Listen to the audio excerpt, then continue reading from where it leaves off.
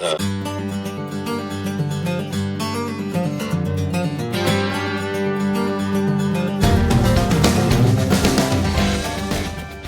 and gentlemen, welcome to this episode of the How People Work podcast. My name is Shane Jacob, your host, and I thank you for taking your time to be here with me today.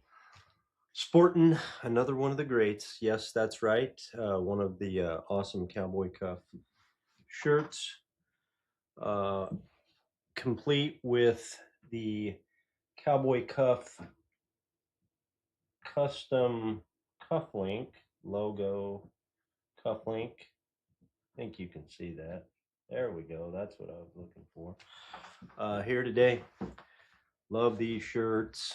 Love the company. It's taken way too long to get launched, but I'm looking forward to that day. Hopefully it's coming. Hopefully it's coming very soon. See if I can get the see if we can get the distractions down to a minimum for the rest of this episode today.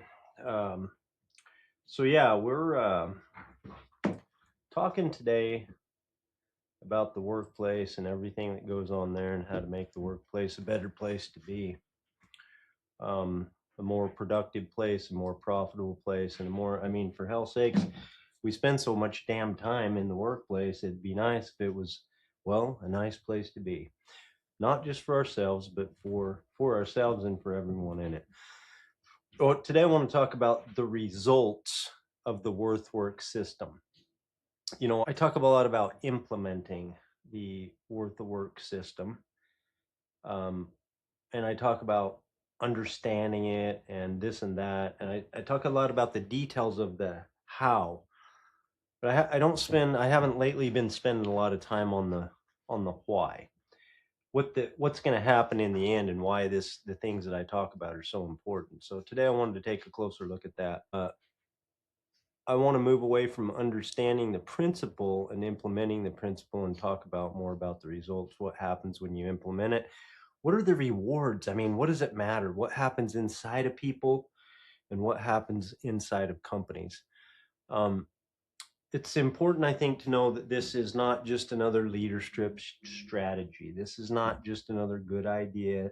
It's not a new strategy. It's not another bullet point. It's not another just a series of steps where everything's suddenly going to change and it's going to make all the difference in the world and just do these ideas and everything in the world. It's not something that works for some people and not for others. This is much different. We're talking about concepts and ideas and belief systems that go to the core of human behavior. And so if you can make that shift, that's why it's such a powerful and important thing. This isn't something that works sometimes or this and a little bit here and there, or will help your company a little bit or might help your company and might not. We're talking about straight up will make the difference if you're willing to put in the effort to make it work. And by the way, it's not that hard and it's fully worth it. It's important to know that, this is the WorthWork system is a bigger deal. It's not just a good idea. It's not just a series of steps that's going to help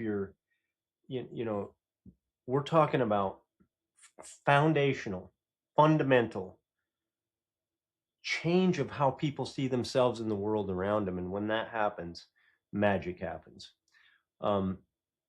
Human beings do what they do because of how they feel. You do what you do, and I do what I do because of how we feel.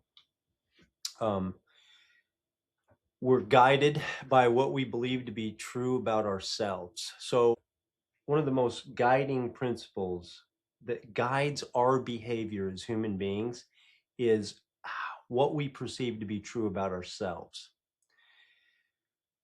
And also what we believe other people believe about us. Those two belief systems drive the very most nearly all human behavior. Okay.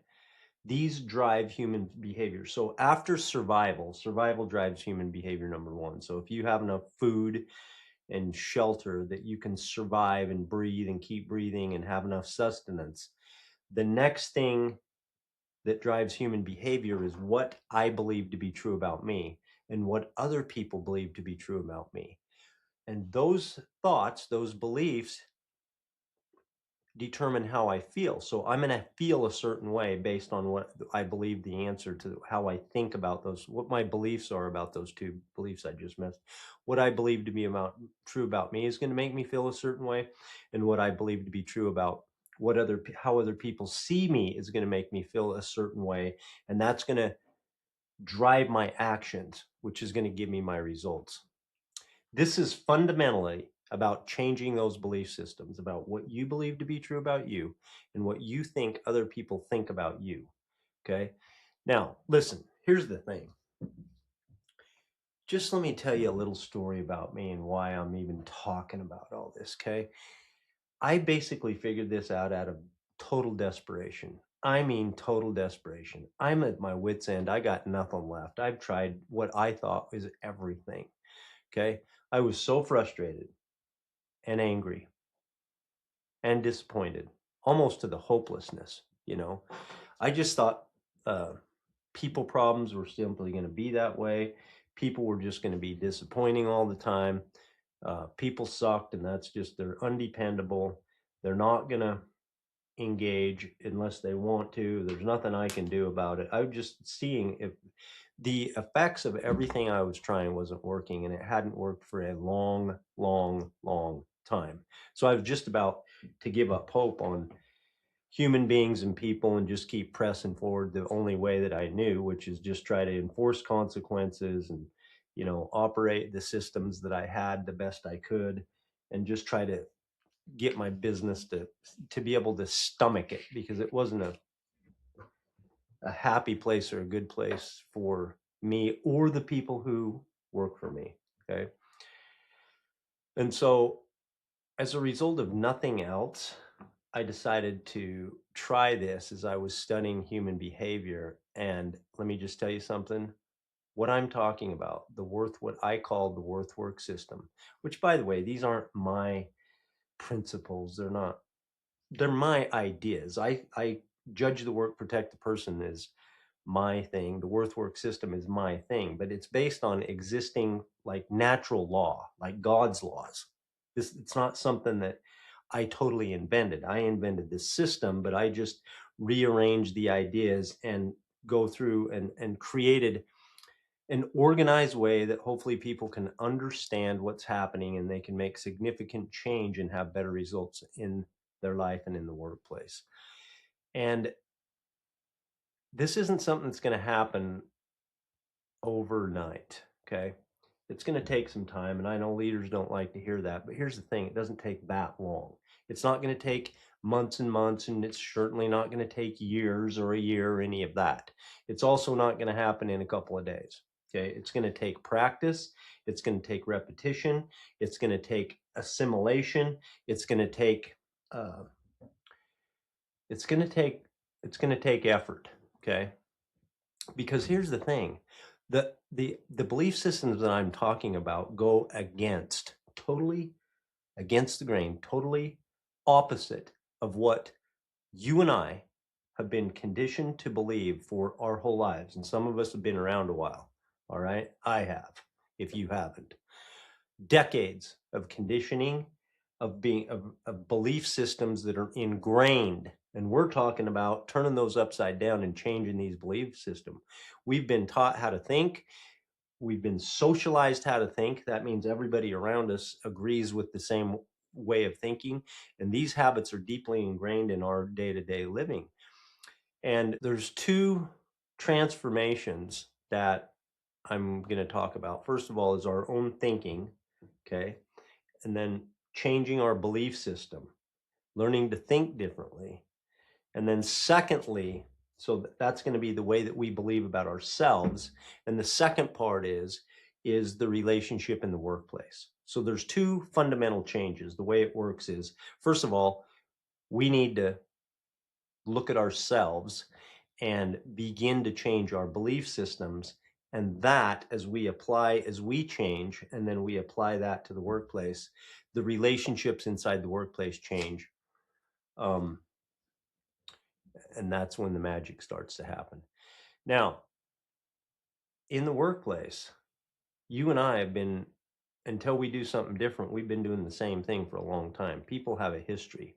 So that's another aspect of this, is that people that are used to the way that we do things here, our culture, our way of going in this company, in this organization, this is the way we roll.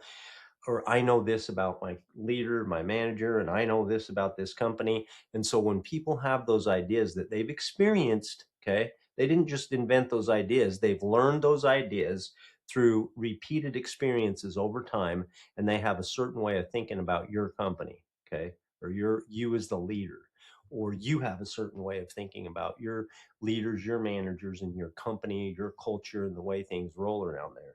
And in order to change that, it takes time, okay, because people are used to the way and they think that that's the way it is. And so if you're going to make a fundamental foundational change, it's going to take a little bit of time to build up the trust. It actually happens faster than you think. I just want to set the expectation that it damn sure doesn't happen overnight, okay, because trust doesn't get built overnight. It's particularly if we've been doing things, whether on purpose or not, whether we've been behaving in a way that doesn't inspire high trust. And let me just tell you, if you haven't, I have. I've done enough for both of us. Um, Employees already know how their leader relates to them. Okay. Um, so let's just talk about what happens in the process. Okay. The first thing is that we begin to see ourselves differently. We'll call this result number one. We begin to see ourselves differently. So what I mean is that's number one. So as we begin believing that our value is non-negotiable, as we separate our value from our behavior, we begin to feel more confident. We begin to improve the relationship that we have with ourselves. We begin to accept ourselves more. We begin to love ourselves more. We begin to forgive ourselves more freely. And we actually begin to practice unconditional love towards ourselves. So, and we know that that makes us feel better. So, as we accept the idea that, hey, I want to believe that my value is 100%, that I am invaluable as a person, that my value is 100%. And no matter what I do or don't do, nothing can change that. As I begin to internalize and fully understand and believe that about myself by practicing thinking it over time, as I more and more believe that about myself, I start to feel better. Okay. And by the way, there are decades and mountains of research about this, including Kristen Neff's research on self-acceptance, Michelle Maidenberg, her who I've had on this podcast, and her book, The ACE, Acceptance, Compassion, AC, Empowerment. She wrote a book called Ace Your Life, and so many others. There's so much research that basically says that it's research on self-perception, how we view ourself, our self-image, and how that makes us feel. And so therefore, when we feel a certain way, we act a certain way. Because when we feel differently about ourselves, we start showing up different. Okay. We behave differently. We start showing up with more confidence. And while we can't control the people around us, we can only control ourselves. Okay. And if we're lucky to get that done half the time, okay, fine. Some of the time, a little bit of the time, occasionally, maybe. Okay. But we're surely not going to control somebody else. But we have tremendous influence, and that comes from how we relate to them, which comes from how we relate to ourselves. That's why everything begins right here inside of ourselves. So number one is we start to feel better.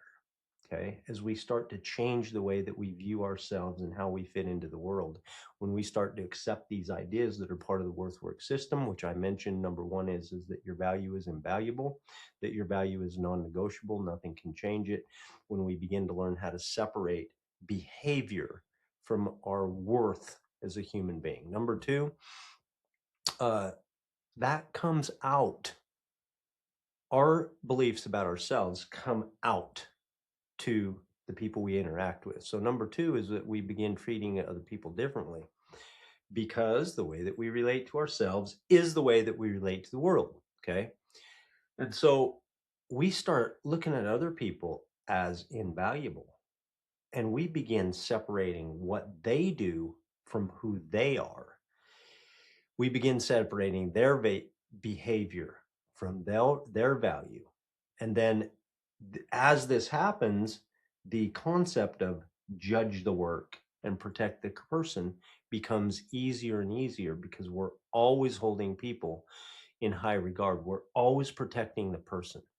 We're only judging the work and criticizing the work. We're always protecting the person. And as that happens, people they relate to us and they start to feel better.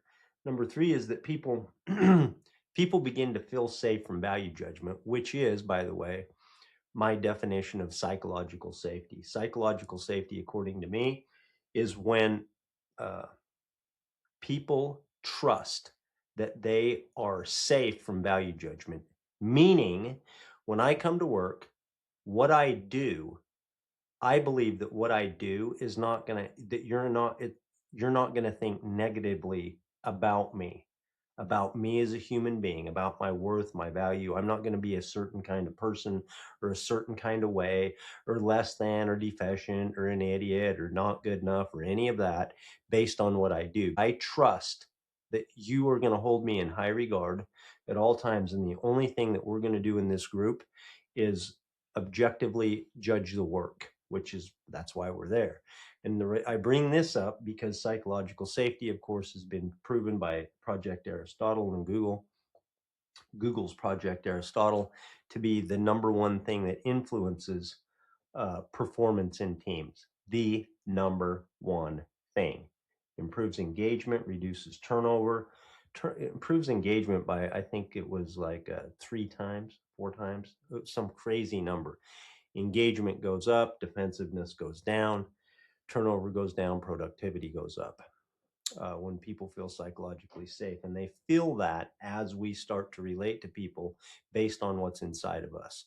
When people feel respected, when they feel revered, when they feel regarded, regardless of what they do or don't do in the workplace, when they actually feel that way, when this starts to come out of us, our beliefs come that we are changing or have changed, when people start to feel and see that because of the way that we're acting, okay, when they start to think differently and feel differently, engagement starts to shoot up.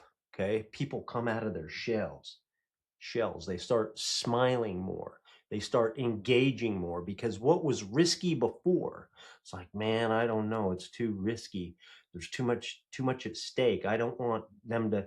I don't want to be perceived as this. I don't want them to think a certain way about me. I'm not going to say nothing. I'm just going to be quiet and just get by. That's what happens with that's what happens when people feel that, when they feel unsafe, when the trust factor is low.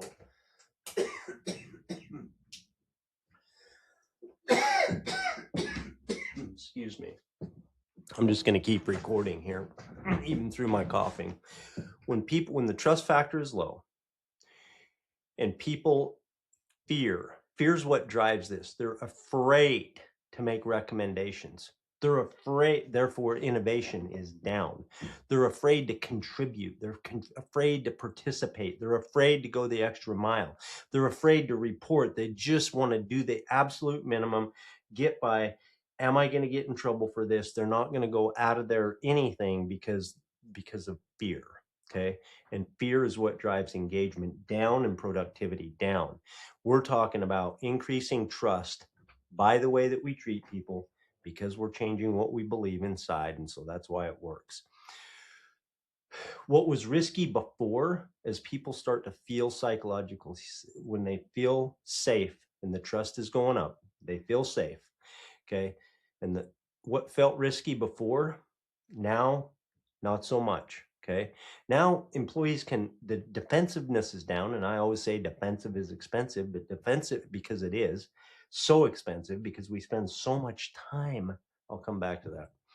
But when employees can objectively look at their work, okay, without believing that their work is going to define their value, that you're not going to think about negatively about them based on what they have done or not done in their work, then uh, then people feel safe. Okay, and as they feel safe, and engagement goes up. And of course, number 4 is defensiveness goes down. That's part of this that I mentioned. I said I'd come back. Defensive is expensive. It's oh so expensive because people are busy. They are busy defending, explaining, making excuses, giving you 1,000 quote unquote reasons of why they did what they did. And basically, do you know why they're doing that? They're attempting to protect their value. They're attempting to protect their worth. They're attempting to show you that, hey, it's not their fault. Hey, they did everything they could. Hey, it was simply a bad communication. Hey, and by the way, they're not assuming responsibility. They're not being accountable.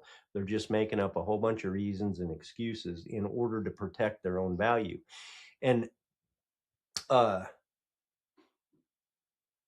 of that takes up time because until a person, a lot of times people come around to accepting responsibility. Eventually they're like, well, I can see that we need to change this, so I'll just go ahead and do it. But remember, it didn't happen before and it wasn't my fault. There's so much time and energy lost to defensiveness. And I mean, that's on a good day if somebody eventually comes around to accepting the accountability for it and agrees to move forward the way that you want them to or that you need them to. Because a lot of times they'll just check out, get so angry and defensive, and then they spread that around to other people. Defensiveness is a money suck. I mean, it's a time killer, and between the time and money, it's bad news. As the defensiveness goes down, ownership goes up. Okay. And all of that saved time is money. And there's tons of saved time when you go to somebody, when you go to somebody that you need them to change what they're doing. Hey, what you're doing isn't working. I need you to do it differently. And they're like, oh my gosh, I've been doing it wrong. What do they think about me? And so then that's where all the defensiveness comes in. When you go to somebody and you say, hey there, Shane. Remember, I just want you to, I'm going to preface this with, this is not about you. I hold you in perfect regard. Just want to make sure that that's clear. Just some of the things that you're doing here, we need to change so that we can, whatever the thing is, so that we can be more efficient, so that we can be more profitable, so that we can waste less time, so that we can have more sales, so that whatever the reason is, we need you to change what you're doing.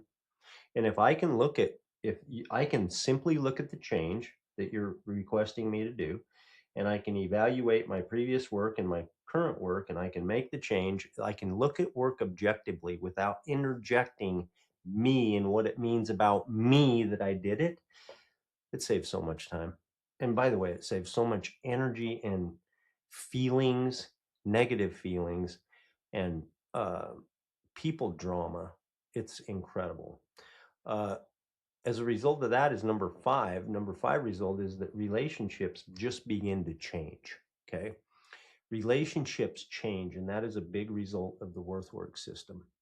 Some years have started out, like I said earlier, have years of low trust, years of resentment, years of, they can heal.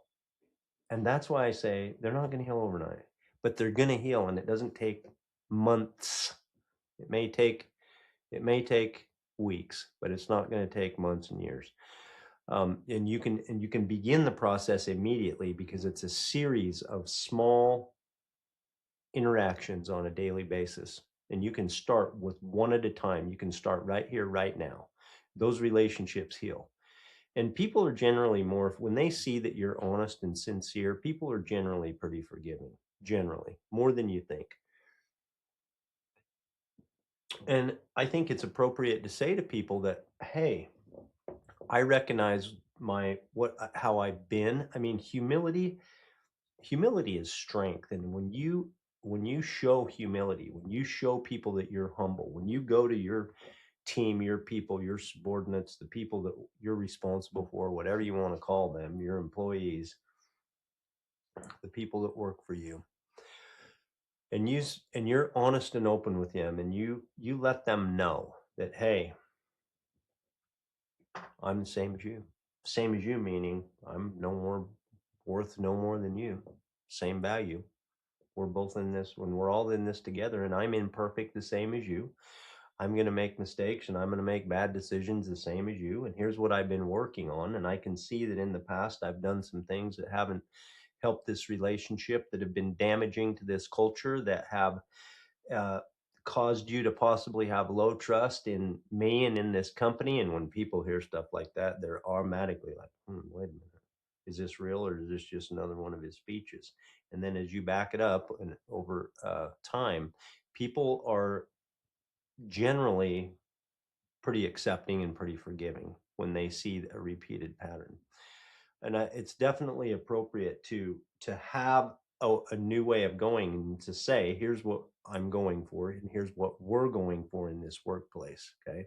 And also to set the expectation that I'm not going to get it right every time, because these judgments, these value judgments that I make, are ingrained in me just as much as they are in you.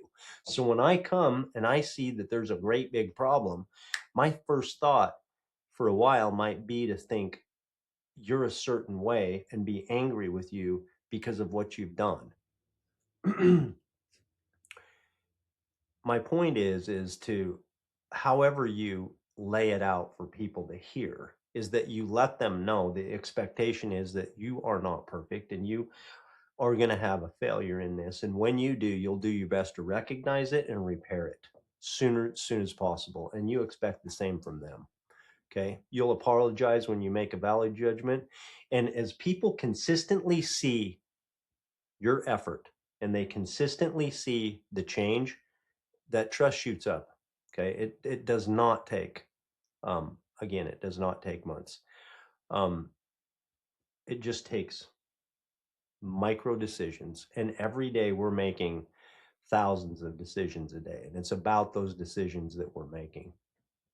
Um, trust, we hear, we talk about trust and like, what is trust? Who trusts who to do what, where? Okay.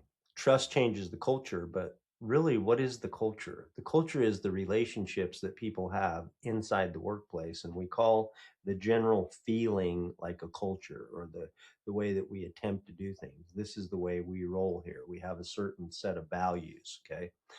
And if high regard for people and no personal judgment, and always regarding people and always judging the work and always protecting the person and never judging the person, but always protecting the person, if that's the way we roll, and when we err, when we don't do it, when we don't get it right, if we repair, if we change it and repair, um, the conflict just starts to go down.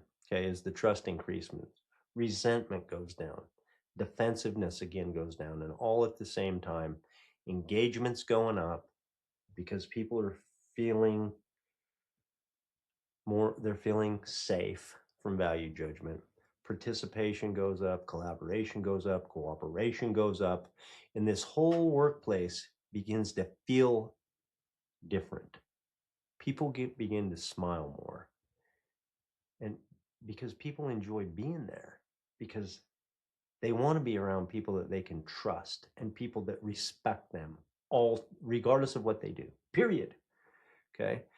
And one of the biggest ideas is that, here's the thing: When people feel better, they do better. When people feel better, they do better. Okay. And the work system applied influences. You have the ability to influence how people think, and that changes how they feel. And as people change how they feel, everything else turns upside down. That's when the real change starts to happen. Okay. If you want a high performing team, create a team where people trust each other, where they respect each other, where they look forward to coming to work because they like working together. Okay. Fear is the enemy. Fear is what hurts productivity. Fear is what hurts profitability. Um, and profitability is not a bad word, according to me. It's a very positive and good word because that's what the hell we're here for. We're here to make a profit because that profit is the idea is that it increases the quality of all of our lives from everybody in the entire organization. And that's what we're all about. So profitability is important. And these concepts that I'm talking about lead to profitability, to higher profit, to um, not just more engagement, less defensiveness, less people problems, happier people, higher productivity, more ownership, more accountability, more personal responsibility. And here's I just want to say this. Even if nothing changed, okay? If you began to apply the principles in your own life, if nothing in the workplace changed except one thing, and that one thing is that you just felt better, okay? Just you, nobody else, but just you. If you simply felt better coming to work, okay? If you felt better about you and how you were interacting with people in the workplace, the whole thing would be worthwhile. Okay. But it doesn't stop there because everything that you're doing is influencing everybody around you. Um, your coworkers begin to feel better. Your team starts feeling better. There's less conflict, less drama, less result, more collaboration, more innovation, uh, more work-related information instead of interpersonal problems being the subject of a lot of the conversations. And that transformation, uh, that is the results, okay, of the work system.